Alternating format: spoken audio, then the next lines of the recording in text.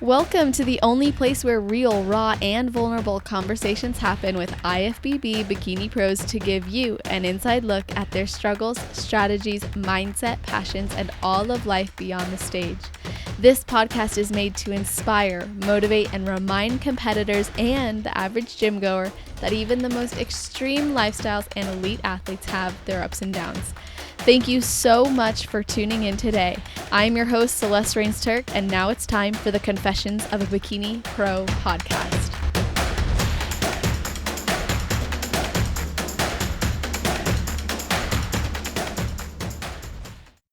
Hello, everyone. Thank you so much for being here again. Our guest today began her competing journey in August of 2018 after being challenged by a friend to compete. And as soon as she began, she was absolutely hooked and has loved every second since. And Sarah spent her 20s as a pro dancer working in a musical theater and has always loved to challenge herself. She's been part of Team Elite Physique under the guidance of Adam Bonilla, which if you guys haven't listened to his episode yet, he was part of Coaches Week and is one of our top listened to episodes. So definitely check that out. And she's been working with him since April 2019. And after being in the overall finals 3 times this year, Sarah gained her pro card in Portugal in July as a 38-year-old competitor in the open bikini competitor category because in Europe, they don't offer pro cards for master. So she's so excited about her future as a pro, and I'm so excited to have her on here. And I especially love that her purpose is to inspire others to believe that anything is possible if you commit, believe, and go all in with your heart. So welcome to the show, Sarah Law. How are you doing? Hi, I am so good. Thank you so much for having me on. I feel really, really honored to be here, and I'm excited to share my journey with everyone today. Yeah, of course. I'm so happy that you're here too. And of course, since you listen to the show, you know what I'm about to ask you. What is Fine. some Yes, what is something you do right before your heel hits the stage? Okay, so before hitting the stage, I always just try and be really present because I find that if I try and think too much about what's about to happen, then I can freak myself out. So I really try and stay present as much as I physically can and just take in the atmosphere. And then the final thing I always say to myself before I step on stage is, I trust in the process of life and that everything happens exactly as it should at exactly the right time for exactly the right reasons. And as soon as I say that, I just get this sense of calmness of, do you know what? Everything is fine. Whatever's meant to be is meant to be. And I'm meant to be where I'm meant to be right now. Yeah, I love that. That's one of my innate beliefs as well. I absolutely love that. It's definitely something that's super calming. And I Yes. think brings us back to the present moment of like, why are we so worried about what's going to happen when it's going to be fine anyways, regardless? So I think that's awesome that you do that. And I'm excited to talk to you a little bit more about like mindset and things like that too. But I did want to kind of get into this journey that you've been on. And you were in the finals 3 times before finally winning your pro card. So did you have any inkling at this last show that it would be the show that you turned pro? Do you know what? I didn't actually. It's really interesting because I almost didn't do the Portugal show. I did Alicante 5 weeks previously. And after Alicante, where I came first in my height class again, but didn't gain my pro card, I thought, is it time to have a bit of time out to really grow and work on the things that I know we need to work on? So I was considering just doing a show in October in the UK. And I spoke to Adam and I was like, oh, I don't know what to do. Should I do the Portugal show? Should I not? And he said, whatever you decide is the right choice. And so I went on holiday straight after the Alicante show and laid on the beach and had a good think. And Yeah. then I just thought to myself, do you know what? Why not? Let's just give it one more go. And if we don't get it this time, then I'll take time out until October and then I'll go for it again in October. And I'm so glad that I made that decision because obviously if I hadn't made that decision, I wouldn't be sitting here as a pro right now. Yeah, that's so crazy how things work out like that. And with perfect timing, of course. And I noticed on your story, and actually it was on Adam's story, I saw this repost from your story, I believe. And correct me if I'm wrong, but you had framed a pro card before achieving it, right? Yes, so I have a vision wall behind me, and on there is a picture of a pro card, and on it says 2019 Pro. That is awesome. And so like, how long did you have that vision for yourself? As soon as I'd done my first show, really. So I competed back in August 18, and that was my first ever show. And to be honest, I didn't really know a huge amount before that about what I was doing and what I was letting myself in for. And I did really well in that show. I came first in masters and I came second in my open class. But at the Wow. time, I didn't really know what that meant. I didn't really know what I'd achieved. And it was after that that I really kind of took a look at everything and thought, oh wow, actually I've done way better than I expected I could ever do. And it was from that moment on that I really got that kind of inspiration and just thought, oh yeah, this is something I really want to do. And whenever I do anything, I always go full in. I'm just one of those people that I get obsessed. And so from that moment on, it was on the wall. I was like, right, this is it. If I'm doing this, I'm doing it for a reason. And that was it. It was to go pro. That was the goal. And I just thought, right, just keep going and keep going and keep going until it happens. I did have a very challenging prep, I have to say, in March. So it was after the Christmas time, going back this year. I had a really challenging prep for the first show of this year. And at that point, I did have some doubts. I was like, oh, I don't know if I can do this. I don't know if I can put my body through this. But again, something inside me just said, just keep going. And I did. And that's when I came first in my height class, and was in the finals for the pro card. And it was a very close call between me and the girl who took the pro card, because there was only one pro card at that event. And again, that just really reignited the fire within my belly to just keep going with this, and that was it. Just never stopped. Wow. And can you explain to us the way that the divisions and the systems of everything in the IFBB works where you are? Yeah, so in the UK, and I think it's in Europe as well, what happens is you compete in height classes. In the open, this is. So as a master, you can't, in the masters categories, you can't gain a pro card. It has to just be in the open classes. So you compete in height classes in the opens, and then from each height class, one person wins their height class and goes through to the overalls. And then in the overalls, it's either top one or top three that gain a pro card. So if it's an amateur Olympia event, it's the top three. And if it's one of the other ones, it's normally just top one. So for the first show I did this year and the second show I did this year, it was just top one that gained the pro card. And then the second two shows that I did were both amateur Olympia. So it was top three. Wow. Okay, thank you for explaining that. It's so interesting to me that it's different across. Yeah, because I still don't know how it all works over in the States completely. I've just all I've known is what I know from competing in Europe. So it really interests me to see the differences. Yeah, it is interesting because here, like, you can qualify. Well, you have to qualify for nationals. And some shows, at least the ones that I've done, it's top two now. It was previously top three in the NPC, but then as of 2018, I believe they made it top two.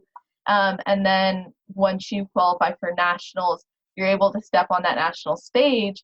And then within that height class that you're in, if you place first or second, I believe at most national shows, you're going to get your pro card. Okay. Yeah, and then they have separate masters national shows as well. Right. I'm not really well versed on how the masters stuff works because I know even at some pro shows they'll have like a masters pro division. So that's a little confusing to me myself, but at least that's kind of how it works in terms of the way Yeah. most girls are getting their pro cards here. There's actually in the UK now as well, they've made it so they have regional qualifiers. So in order to compete in any European shows or amateur Olympia shows, you have to do a regional qualifier first in order to be able to go to it. Mm. It's like another step. Wow. Yeah, you guys have so many. Not that it's a bad thing, because I think that it's so much more valuable when we have to work for that award and achievement. Otherwise, awards and achievements become, like, if everyone became a pro at every single show, no one would care about being a pro. That's it. Um, Wouldn't have the same value, would it? Exactly. So the more coveted we can keep it, the better. So I actually think that that's a really amazing achievement that you've had. And what you said about your vision board is super cool because from my experience and the things, obviously, just in regard to the way our brain works, the more that we align to what we actually want and what we actually want to create for our life, the more likely it is that our actions are going to begin to align with those types of outcomes. Oh, So yeah, and I'm sure you've noticed that too, not just in competing, but life. yeah, absolutely. It's like when I look at that vision board, it's the thing that every day makes me take the actions that I don't necessarily feel like taking. So every day I looked at that vision board and saw that pro card up there and visualized, being on stage and gaining that pro card. It just kept me on track with my diet. It kept me on track with my training. It just keeps you forward focused. And that for me is such a huge thing. Mm. Yeah, it really does. It's just, I mean, if you set an intention for your day to be lazy and a slob, you're gonna be more than likely lazy and a slob. If you set an intention for your day to be like on top of the world, power woman, boss babe, like my bet is you're gonna go and take actions that align with that identity as well. So it's massive and it's very important. And we're gonna get into some personal development stuff for sure. And I wanted to know though, like what do you think changed between these three shows that led to your final achievement? So definitely joining Adam made a huge difference. My previous coach was amazing, but I just knew I needed something really tailored to me. And so I joined Adam before the Alicante show, and it just felt so different for me. It felt really like I was on the right track, and I knew where I was going. And so we had the Alicante show, and then the Portugal show was only 5 weeks later. So it was just like tweaking and refining the things we needed to do. And I just feel like everything just came together at the right time. I really, really worked on myself with regards to my mind and just, letting go of the outcome of everything and just trusting. And I think that's such a big thing, because I think sometimes we cling on to the outcome so much and we want it so much that we actually end up pushing it away from us. We push our goals away because we're so desperate for it to happen. Whereas when you want it, but you're still happy, even if you don't get it, and you just enjoy everything about it, then it all comes to you. Mm-hmm. Absolutely. I've noticed that as well. It's like, let's not worry about like exactly how it happens or when it happens or where it happens. Let's just focus on what needs to be happening today, right now. And like you said, being happy regardless of that. It puts out a different vibration if we want to get into like the woo woo side of this. Maybe Oh, that's I love the woo woo side. me too. I can tell. I'm like, this girl's a woo woo. I love it. Um, so it's like you put out a different vibration, right? Something I like to think of it as is if you are on one level and you're vibrating at this specific level, you're going to attract certain things to the level. But let's say you want to go up a level, you have to change your vibration to get there. And so you have to raise your vibration, right? And then if you consistently put out a vibration of, I need this, this is what I need, that's a very low vibration because it doesn't have a lot of gratitude or presence attached to it, at least from what I feel and what I think when I say I need. It sounds very much like if I don't have it, everything's ruined, Yeah. versus this would be amazing. This is awesome. When I achieve this, I will be able to blah, blah, blah, blah, blah. Or I'm so happy and grateful that I achieved it because now I'm blah, blah, blah, blah. It's so different and it takes a different energy and it puts it out there. And I think that the things, again, that we attract, the things that we create, respond to the way that we are in our energy. Whether you want to call it woo woo or not, you're going to show up a certain way in your life. And that's going to turn certain things on or off to you. Yeah, everything in life is energy, isn't it? So it's like, like Mm-hmm. you said, when you're on that certain energy vibration, then you attract more of that to you. And if you're coming from a place of I need, it's like you're in a state of lack. And when you're in a state of lack, you can never create more. Mm, absolutely. I love that. No, that's a great way to put it as well. And um, I have so many questions going through my head right now based on what you just said about like working with Adam, as well as just like how I know that you went straight to a pro show after. So I'm going to ask about that first. Like, what did you do to learn the posing so quickly? Um, do you know what? I actually went on to YouTube and I watched my fabulous friend Phoebe Hagen, and I was, because it was literally like I did my show where I qualified as a pro, and then I went straight and did a pro show the next day. So my tan was awful. I mean, I stank. I hadn't washed for like I 3 days. bet. But I literally I need to come up with a routine. I have no idea really what to do. So I just went onto YouTube, typed in Phoebe, watched her, and was like, right, okay, I think we've got this. And That's just awesome. Was that difficult for you? Like, how many times did you practice a routine before going um, up there? Do you know what? I didn't practice too much, because sometimes if I over practice, then I start to question myself. And I went into the pro show with no expectations, because I knew, I was like, I've just turned pro. I don't expect anything from the show other than to just enjoy it and experience what it's like to be a pro. So I just went in without any expectations and thought, just enjoy yourself, have fun, and know that after the show, you know, you can have a bit of building time and growth, a growth phase, which is what we're now in. So yeah, I just thought, right, just learn the basic steps that you need to learn. It's not hugely different from what you've already been doing. And then just get out there and do it. So that's what I did. And I think obviously having a background in dancing helps, because you pick things up quite quickly, because often you're thrown on stage with, you know, very little warning, and you have to just pick something up in an instant. So I'm quite good at being able to just pick things up quite quickly. Yeah, I was wondering if you thought like being a dancer, a professional dancer for over 10 years, like influenced your stage presence. I definitely think it helps.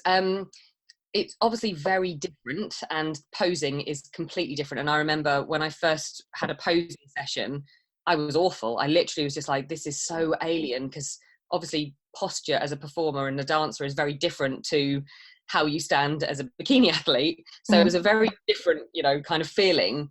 But I definitely think it helps with stage presence, because I've spent so long being on a stage and just, you know, performing and being someone else. And so when I do go onto that stage, that's how I view it. I view it like a dance routine. I view it as if I'm performing to an audience. I view it in exactly the same kind of capacity. Yeah, that's I love that so much, and it's something that I think that dancers have like a leg up with, but I think anyone can develop it. So, on that topic, like how have you been able to really find your own stage presence now from going in from the amateur level to then now you're stepping on the pro stage? Did you feel anything change within you? Um, I think definitely confidence wise, when you turn pro, obviously you gain a new confidence, because you realize that you've achieved something massive that you've set out to achieve. But also on the other kind of flip side of the coin, it's like you're back at square one, because you're competing against people who have been pros for quite some time, who are absolutely incredible. And yeah, so you're kind of like, wow, oh, I'm like the small fish in a big pond again now, whereas it kind of, you know, had flipped. So yeah, I definitely felt like there was a half of me that had got this newfound confidence from being a pro, and like I really felt worthy of being there, because I knew I'd worked really hard to be there. But then the other half of me was like, oh my goodness, you know, I am on a stage with the most incredible people that I've looked up to for so long and watched and, you know, followed on YouTube and Instagram, and I'm actually on stage with them now. This is crazy. That's how I feel every time I do these episodes.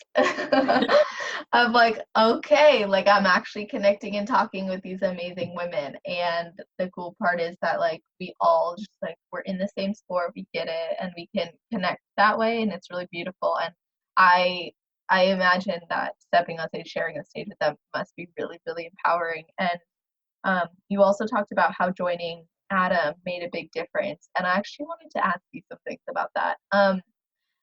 When you were training with Adam as an amateur, was it different than how it is now as a pro in the sense of like level of attention as an athlete, or maybe certain details? I don't know what I'm trying to ask. I guess, how did you start working with Adam as an amateur? Like, what were the steps that you took to start working with him?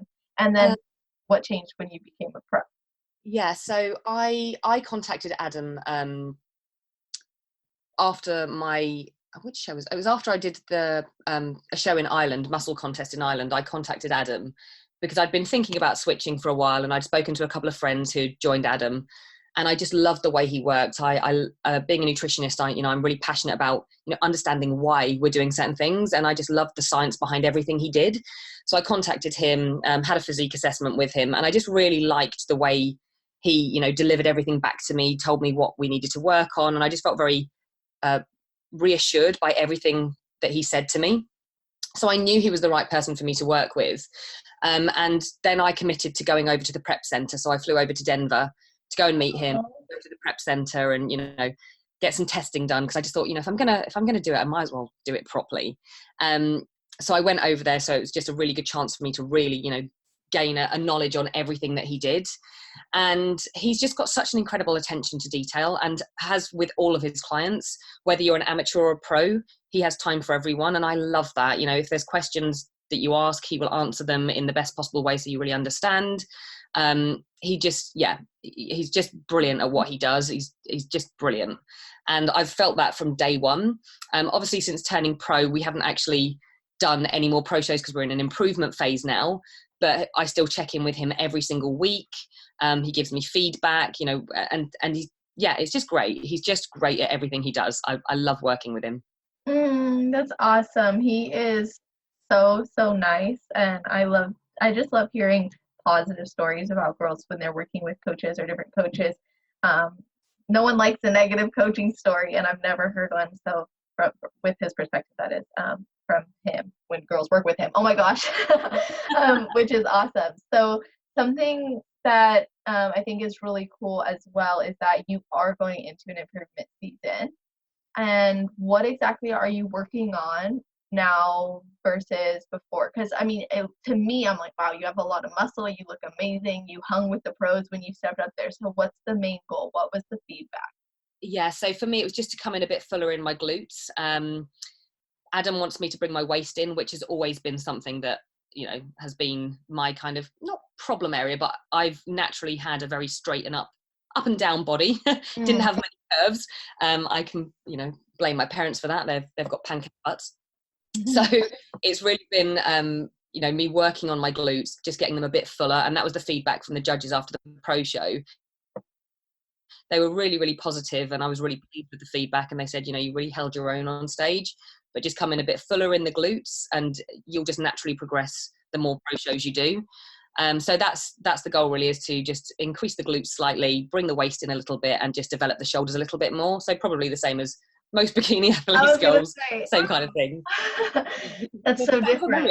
Oh, that's awesome. No, it's really cool. And okay, so I want to go back to your past. And in your past, you suffered with orthorexia in your teens and in your 20s. What does this look like for you compared to how you're living now? Oh, do you know what? It's so different. And it's so interesting when I look back, because the entire time I was a performer, I was obsessed with what the scales said. I was obsessed, obviously, with the way I looked, and how more with how I felt than how I looked, actually, because my perception of how I looked was very different to actually how I looked. And yeah, I really battled for a very long time, and I did overcome, a lot of issues that were holding me back, because I had a lot of therapy that I went through to overcome that. And that's one of the things actually that really scared me about competing, because I just really got myself in a good place mentally. And for me, when I thought about competing, I thought, is this going to be a step back? Is this going to make me start overthinking food, weighing everything? And, all of that just kind of scared me a little bit. And someone coming in and changing my routines of how I ate. But actually, it's been the most positive thing for me ever, because it's really taught me to eat more. And I didn't realize, before competing, that I just wasn't eating enough. Even though I wasn't in the state that I was before with the orthorexia, I still just didn't fuel my body enough. And so it's really taught me to trust in eating more. And it's proven to me that, eating more doesn't mean I'm going to balloon and suddenly become twice the size I am now. So I think all of those little steps, every time, I've had an incremental increase in calories and I've not gained any weight, or my measurements haven't changed, it's just again reaffirmed to me that I just wasn't eating enough, and now I am, and I can feel my body properly. And it's really given me a very different mindset on eating as well. Before, I'd always think of ways that I could eat less, and now I'm the complete opposite. If I miss a meal, I just keep thinking to myself, well, that's not benefiting me, because that's not going to help me grow. So it's a very different thought process behind the way I am now compared to what I was like in my teens and 20s. And so America goes with certain standards to diagnose a disorder compared to the UK and Europe. And I know with America, it's based on the Diagnostic Statistic Manual, but I think I remember in Europe, it's more based on the actual symptoms that you yourself are showing, and then they make a diagnosis, versus based on statistics that might connect it. What exactly defines orthorexia for you when you were diagnosed? It was just an absolute obsession with it was a control, actually, a control obsession with food, knowing exactly, you know, what was in everything that I ate, being petrified to go out for dinner ever. If anyone else prepared me food, it would just cause such anxiety. I would weigh every single thing, and I know as competitors we do weigh a lot of food, but even to the point of, you know, weighing cucumber and panicking about how much cucumber I was eating, things like that. It was just all consuming. My whole day was revolved around food and me thinking about what was I going to eat, when was I going to eat, how could I eat less, how could I eat less than what I was told to eat. So I remember going to the doctors, purely because I was just really tired and I didn't feel great. And I didn't realize that I was suffering. It was just, you know, I just thought, well, I'm just tired. And I went to the doctors and they were like, you're not eating enough, especially with the amount of exercise you're doing as a dance student. And I just couldn't get my head around it. I was like, no, I'm fine. And so then they gave me the advice to up my calories. So that's when it actually got worse, because then I bought a book back in the days that showed you the calories of everything. And that's when it became a complete obsession, where I just had to weigh every single thing. So it just took over my entire life. And it's because I think I'd gone from, in my teens, being someone who was athletic. I'd always been very athletic and quite muscular. So I weighed more than my friends did. And all of a sudden I thought, well, I need to lose weight. So I just didn't eat. That was the only thing I knew back then, was just eat less. So I just basically survived on an apple and a piece of toast a day. That was literally my food. And obviously I lost a lot of weight and I went on holiday. And on that holiday, I was like, right, I'm on holiday, I'm going to enjoy myself. And went the complete opposite way and just binged and could not stop eating. And it was obviously my body trying to get me back to a state of of some kind of health. Yeah. It was trying to help me, you know, gain some weight back and have some more energy. And I just could not stop eating. It was like I was like a possessed woman. And it just carried on. And I gained quite a lot of weight. And this was just before I started dance college. So when I started dance college, obviously staring at yourself in mirrors every day, having teachers telling you, you know, you don't look good enough, really made a big impact on me. And then I got injured. I actually ruptured I tore my cruciate ligament in my knee and had to take a year out. And my commitment to myself at that point was, you are not going back to college until you lose weight.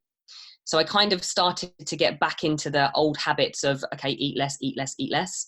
And that's when it really took hold. And I lost weight. And to begin with, everyone was like, oh my goodness, you look amazing. So obviously that fueled me even more. Mm-hmm. And then it just became way too much and went completely overboard, and actually took me out of my dancing career for some time, because I wasn't allowed to dance. They basically stopped me dancing at college because I was just not well. And that's when I really knew I needed help, because I could see that I didn't look well, but I just was petrified. I was petrified to make any changes, because I immediately thought, if I make a change and I start eating more, I'm going to find myself back in the place I was before, where I just binge and I can't stop. So it was like I was so worried about losing control. And I feel like my competing journey has just helped me so much with that, which sounds really random, because you know, you'd think it could spiral it down that same route, but it's been the complete opposite. It's just really helped me make incremental steps in increasing my calories, valuing my body more, and really looking after myself. Oh my gosh. I loved listening to you talk just now. That is so relatable for so many people. And my psychology major nerd brain is going off right now, because I'm totally picking up everything you're saying, and I'm like, everything you shared has just brought a lot of insights, I think, to people listening. And the reason I say that is because you mentioned something really important, which was that you felt as though in order to lose weight, you had to eat less, and that created this, I will eat less, and I'm going to become obsessed with eating less. And then this led to going on vacation and having massive binge. This is so common, so often, and it's physiological and it's psychological. Because our body needs the food, it's gonna make sure that it does everything it can to only focus on the food. Even when we're in a controlled state of unfortunately having disordered eating pattern of, I'm gonna control every single thing I put in my mouth. Well, then of course we're only gonna think about food, because we're still probably limited in it. And so there's so much that goes into it. And I love that you actually got help. And it sounds too like this is something where it took some time to be like, okay, I'm gonna get help. And um, I remember a lot of the reports that I did on eating disorders were, interestingly enough, that many people are unaware that they have one or that they need to fix it. Or even not even a full-blown eating disorder, but disordered eating in general, or a skewed view on themselves. So although some might be choosing the behavior, right, like you were choosing to eat less, you may not have been fully aware of the severity of that type of pattern and of that type of disorder. So when did you realize your behaviors were not serving you and it was time to get help? And when you did choose to get help, what was your first step? So it was, good question. I think it was when I saw my family, my mum in particular, just so worried about me, and it kind of really hit home that things weren't right. And so that was something for me. I value my family so much, and seeing my mum so upset, especially it was at Christmas time, I think, and she'd bought me some clothes for Christmas, and I put them on, and they were just hanging off me. And I remember just seeing her on Christmas Day so upset. And that for me was like, you have to do something about this, because it's not just about you, that you're not just impacting yourself, you're impacting so many other people around you. And that was the thing for me. I hate thinking I've upset someone or hurt someone. So I was just like, right, you have to deal with this now, because nothing's going to change unless you are willing to face it. So that was kind of a wake up call for me then. And yeah, I went and had cognitive behavioral therapy for quite some time at that point. Nice. And it really just helped me rationalize my thoughts massively. I had an incredible therapist who just every week would just give me small challenges. And if I ever kind of freaked out about them, she'd go, do you know what, just try it once. And if you don't like it, you can just stop. And I was like, okay, I can do something once, that's fine. And so she just kept doing that with me slowly and slowly. And it built me up and just kind of helped me see that I wasn't going to go from one extreme to the other. She helped me understand that it wasn't going to be, all or nothing. And I think that I've got quite an all or nothing mentality. So I've always kind of had that. It's, one thing or the other. And I think she really helped me rationalize going, you're not going to go from being the size you are right now to having one thing once, like a donut, and suddenly piling on 3 stone. It just doesn't work like that. So by her just giving me small challenges, it helped me build confidence around eating foods again, and realizing that I was still in control. I still could do something about it. And if, things were going too quickly for me and the weight was going on too quickly, I could do something about it. I wasn't out of control. Yes. Oh, I love her. Yes. Oh, that's awesome. Yeah, I think it's amazing to hear the stories and the different journeys people take to resolve these types of issues. I think that the best thing we can do is reach out for help, no matter how hard it is, and especially as competitors. And honestly, like, this is a big reason why I started doing what I'm doing, serving competitors to build more than just their body, to make peace with food, to make peace with their body and their goals, because this is a big deal and we don't want it to go to the extreme, and we also don't want it to be something that starts to control our life. Like you said, competing actually improved your life and made your life better and improved your relationship with yourself and with food. And we want to be able to create that for everyone. And I know how challenging it can be for some people, especially post show, within their relationship with food. And that's a big reason why I'm motivated to change that, because it's unfortunate and it's very real for a lot of people, but we can do things about it. And I love that she took that approach with you of like small things at a time. And there's something called exposure therapy. And if we can implement like inspired versions of that within ourselves, like slowly, like if you're post show and you find that anytime like you think about a certain food, you end up going crazy on it, you can't stop yourself. Well, allow yourself to have like 1 or 2 of that thing. Like let's say it's like a couple chocolate chips every single day. That can all of a sudden make you no longer feel restricted, not make you feel like you're in this crazy hole of I can never have this again. And then you're going to find that your body doesn't want it as much. You don't become so fixated on it. And it's very opposite to the way we think control comes to us. We think control comes with that all or nothing, right? But in Yeah. reality, like when we give ourselves that freedom and we give ourselves that opportunity to know like we have control regardless because we're choosing everything in our life.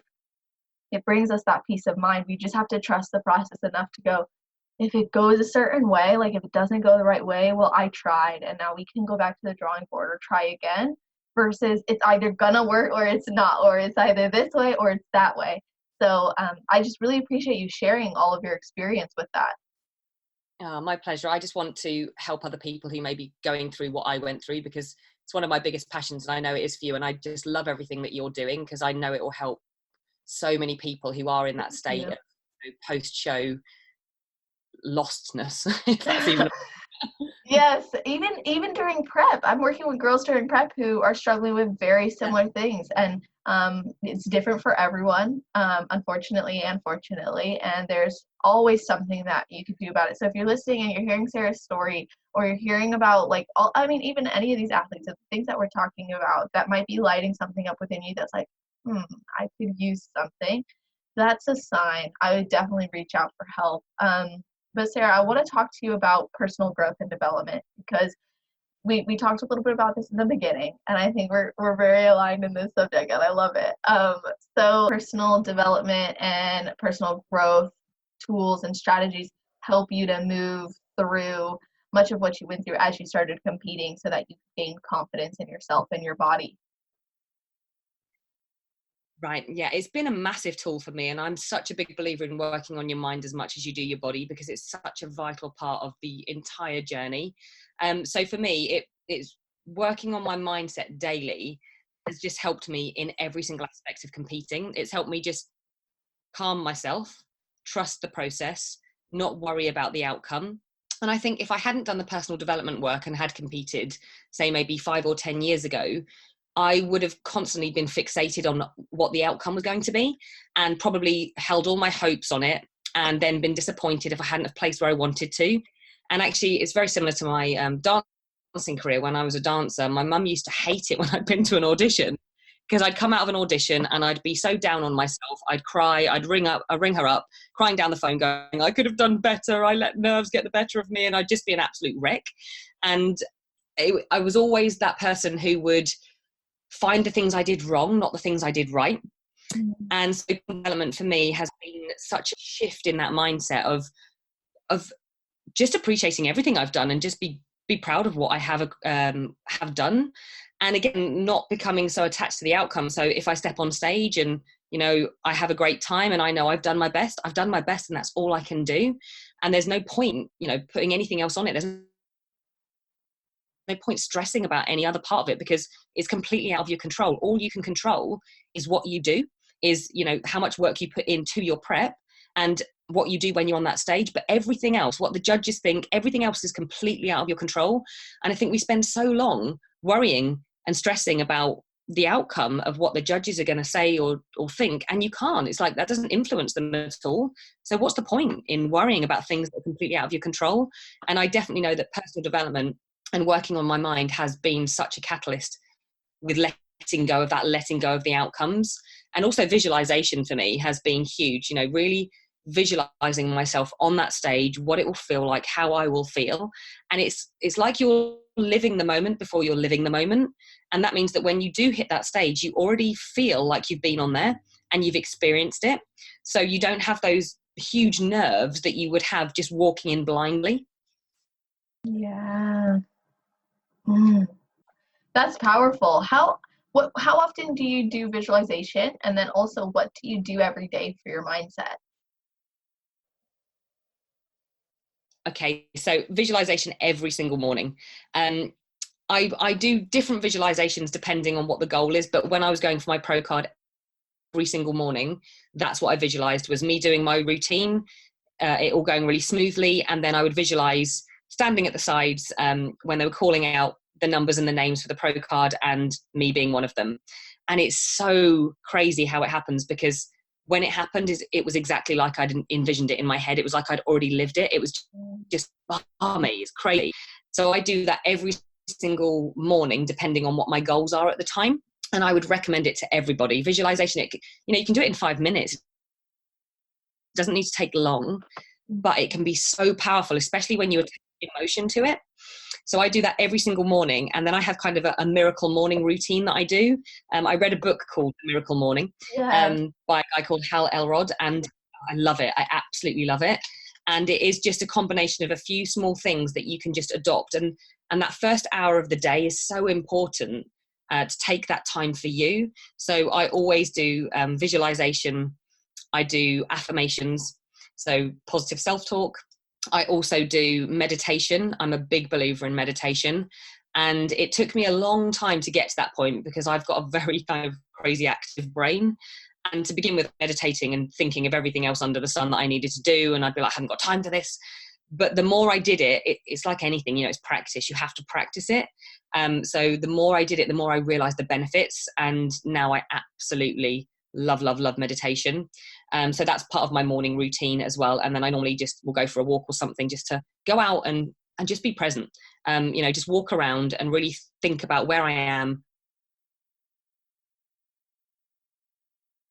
Because it's very easy to get so caught up in all the things we need to do and places we need to be and constantly rushing around that we don't actually take any time to really just be in the moment. So that just really helps me. Those things really help me just focus on where I am. And, so yeah, gratitude is a massive part of my morning and evening routines, actually, just finding a few things to be grateful for, because it's so easy to get so caught up in life and not really appreciating where we are. And I definitely have done that in the past. When you've got big goals and aspirations, you're constantly thinking of the next thing and wanting the next thing. And if you're not grateful for where you're at, you're never going to be happy with what you get. So that for me was like a big moment in my life to kind of really reassess where I was and think, yes, it's great having big goals and aspirations, but you have to be happy and grateful for what you've got already. So I do that every single morning and evening, just find a few things for that day that I can be grateful for. I love that. Yes, gratitude is so important. And I love that you really value being connected to the present moment. And I know that one of your goals is to open a foundation to help people eat and live well. So, what do you think are some of the main reasons why so many people actually struggle to feel healthy and happy and free without the worries of nutrition, which you said would be your brand's mission, really? Yeah, I think people are confused a lot of the time. I think there's so much information out there nowadays, which is great, but it's confusing because everyone has opinions. So when people are looking for advice on what healthy is, they just get overwhelmed and they're like, I don't even know where to begin. So this complete confusion is kind of over their heads. And I would just love to be able to break it down into terms for people and to really show people that it doesn't have to be hard. It doesn't have to be overwhelming. It doesn't have to mean deprivation. So having that kind of concept and really educating people on nutrition is massively important to me. And then coupling it with the mindset side of things as well. So people have both aspects to really live a holistically healthy life. Mm. I love that. And you practice what you preach and you're living that way. And so, what kinds of tools do you think are actually vital for people to change their perception of nutrition and make it easier to support a healthy lifestyle? Um, Good question. So I really think it's about finding something that is sustainable. And I think what a lot of people do is they go really extreme and then they can't sustain it. And then their mindset just completely gives up. And then they, kind of get down on themselves and just think, well, I'm rubbish, I can't do it. And then it just starts this perpetual cycle of the same thing over and over. So I think having something that's really long-term and sustainable is great for people. And I am the queen of recipes and helping people with hacks, like diet hacks, so that they feel like they're, eating incredibly wonderful food that never feels like a deprivation, but is actually doing them good. And there's so many great ways of being able to do that nowadays. So that's what I really take pride in, is making sure that, people who are on any kind of nutrition plans with me have variety. They have incredibly tasty food that isn't really time consuming to prepare, looks great, tastes great, makes them feel really satiated, and like they can get, fabulous cakes and things like that, but the healthier versions of all the things they would previously have. So they just feel good. Yeah. Got any prep friendly recipes for us? Oh, so many. Follow me on Instagram and you'll see most of my pages either me in a bikini or food. Yes, that is so cool. I definitely struggle sometimes with finding like savory, like cooking is not my favorite thing. So Yeah. then I'm like, I literally eat my chicken plain, which I don't necessarily mind. I'll like dip it after, or I'll like put seasoning on after I cook it. But yeah, I've always struggled with how can I make like this actually taste better or taste different than it did 3 weeks ago. So what kinds of things do you like how did you learn to make the cooking for your prep like better and more enjoyable? I think just experimenting, to be honest, a lot of the time. There have been some absolute kitchen disasters, like hilarious ones where I've tried to make like birthday cakes for people, and my husband has just been like, there is no way you are giving that to them because it's literally drier than anything they've ever eaten in their mouth. It will the moisture out of their mouth. So there have definitely been some disasters, but I think you have to, that's the only way to get good at something, isn't it? It's just trial and error. Keep practicing, keep practicing, keep practicing. So that's what I've done. I've just found little things that I can do that make things slightly tastier, dressings that you can make that just make things a bit more appealing. Yeah, stuff like that is what I do all the time. That's so cool. Yeah, I've tried a million times to make chicken and sweet potato into a cake and it never comes out right. No, that's an interesting one. Oh no. So, okay, we actually haven't talked much about skincare and skin health on the show. And this is like the last thing I really want to get into with you because I think it's a great topic. And so, what is something you do daily for your own skincare? Oh, I have a fabulous skincare routine. I used to be the person who really had no skincare routine at all. It was basically a baby wipe and any kind of cream A that said, baby wipe. yeah, that was it. What? I know. And any anti-aging cream, as long as it said anti-aging on it, I was like, that'll do. They're all the same. And then when I started to really educate myself on healthy living and started working with a skincare company, I was like, oh, I've had this so wrong for so long. And it really helped me to see that, you know, it is important to think about your skin from the outside in and the inside out. So a lot of the nutrition work I do focuses on skincare and skin health from the inside perspective of what you're eating, but then from the outside as well, really thinking about what you're putting onto your body. And also from a health perspective, because there are lots of products that we all use on a daily basis that contain so many things that really aren't that great for us, but we're just using on a daily basis because we're none the wiser, really.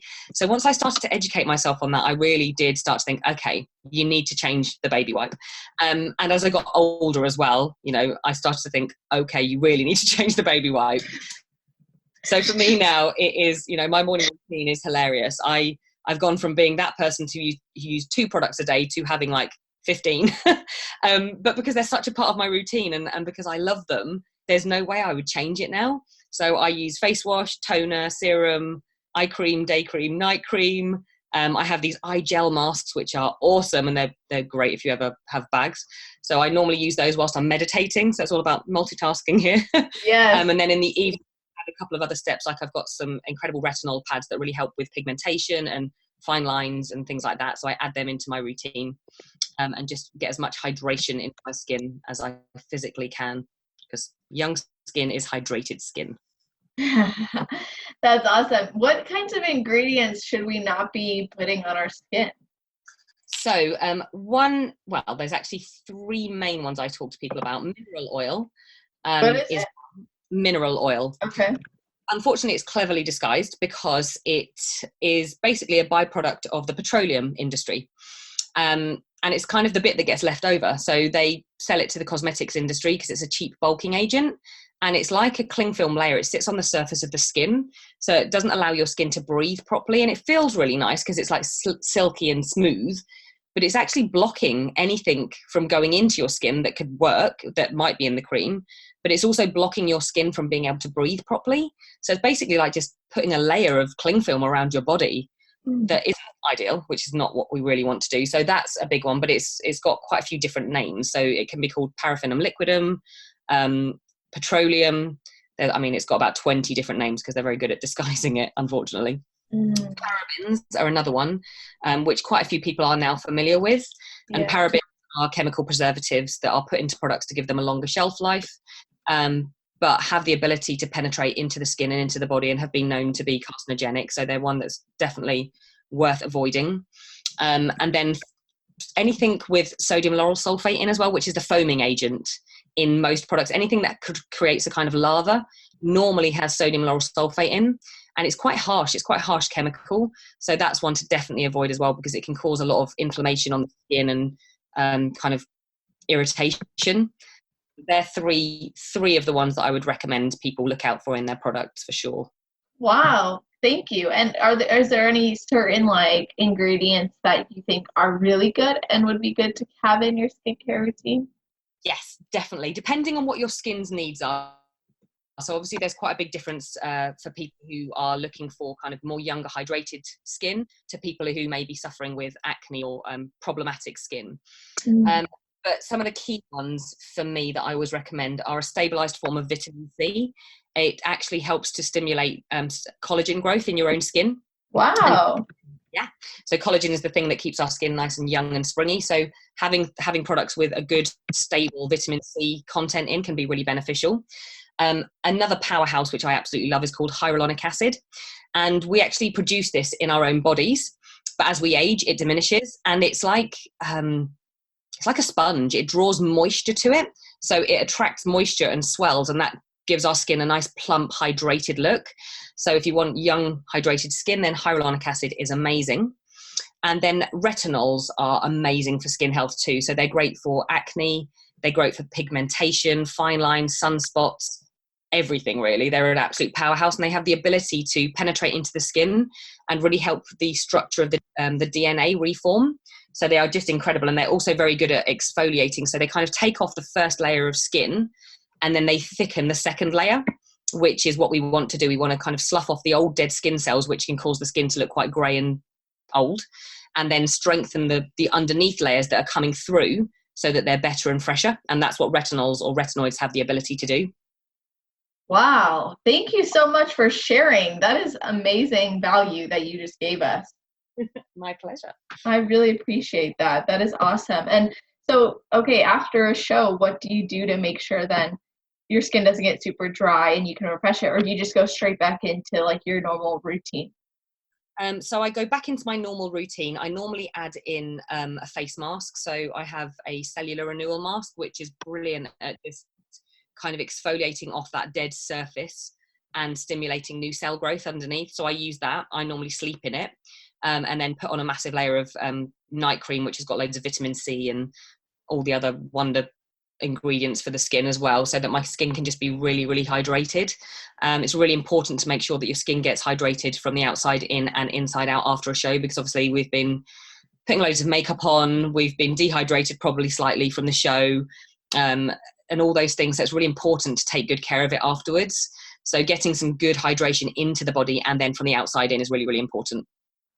And Awesome. clean skin properly as well, because obviously when you've had tan on and all that makeup, it can just be stuck in your pores for weeks. So just get a really good kind of cleanse of the skin and then exfoliate as well. Nice. Thank you. Okay, and then what about like scalp care? Do you need anything like for scalp care? Scalp. So again, it's really important to think about the kinds of shampoos and conditioners you're using on your head, because they're coming into contact with your scalp. And again, a lot of shampoos and conditioners contain sodium lauryl sulfate because it's the foaming agent for those hair products, and they can really be irritating to the scalp. So it's important to really look at the ingredients on hair care and just make sure that you're using ones that don't contain sodium lauryl sulfate that's going to basically cause a lot of irritation and inflammation on the scalp. You can also add in some kind of oil. So like argan oil is very good for the hair and for the scalp.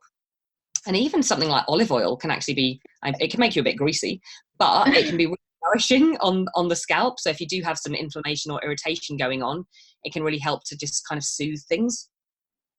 I love argan oil. It smells so good too. It does. It's so good.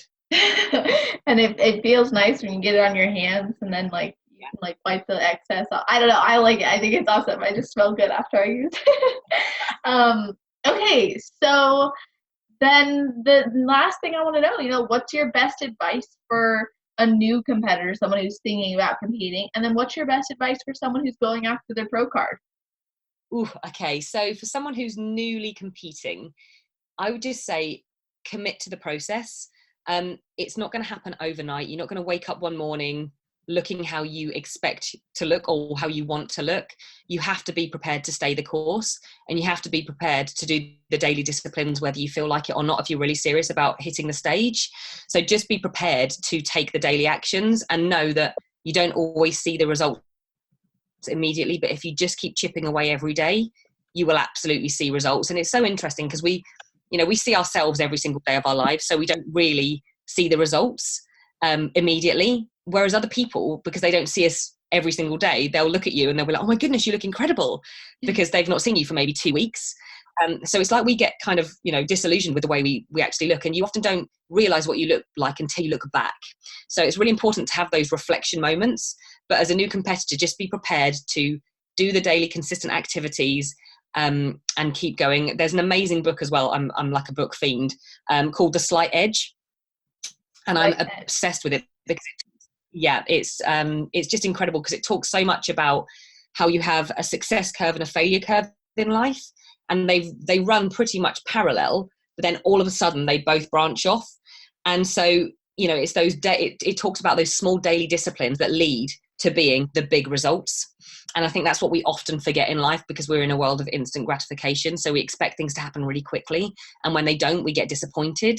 But it's just being prepared to think and stay on the success curve and go, right, I'm doing the daily actions that I need to do. If I stay on these for long enough and stay on the success curve, the success will come. Yeah. So just enjoy the journey.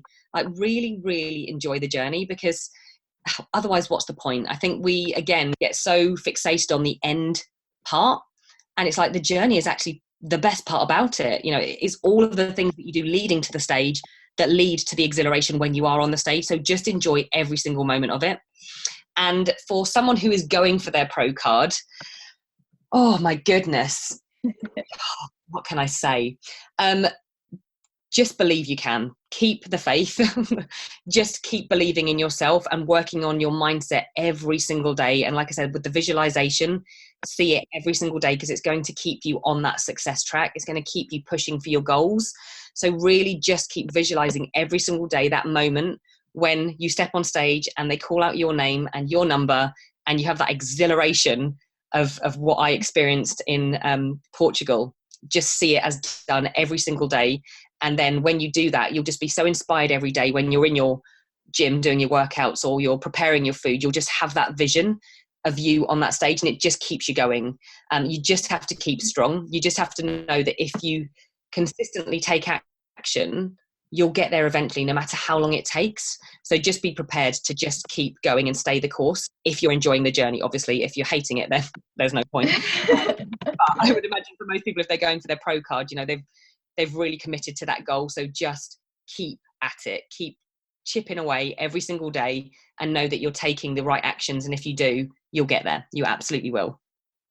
Wow. I love that. I love both of those pieces of advice for each of those types of different people and competitors. And I really appreciate just everything that you've shared and brought to the table today. It's been a real pleasure, actually, and joy for me to talk to you. And I'm so glad that you came on. And I want everyone to be able to connect with you too. So where can they find and connect with you? Yeah, so the main place to connect with me is Instagram. So I am Sarah Law UK on Instagram. Quite easy to find. So on there you'll find all my contact details, and I've got a website and things.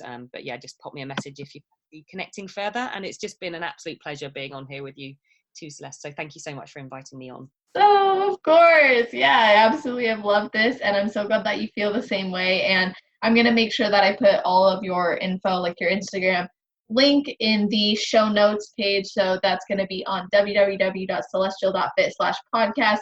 If you're listening right away, it'll be at the top of that page. If you're listening far in the future, just scroll and you'll find the category section at the very bottom on mobile, or on the side if you're on desktop. And regardless, I am so grateful for you, Sarah, for coming on, and I hope that everyone does choose to reach out. We always love it when you guys post screenshots or videos or feedback from the episodes. It's so awesome, and it means a lot to the athletes as well. So I look forward to seeing that And Sarah, thank you again so much. And to everyone listening, I hope you have an amazing rest of your day, night, or morning, wherever you are in the world while you're listening to this episode. Big it on.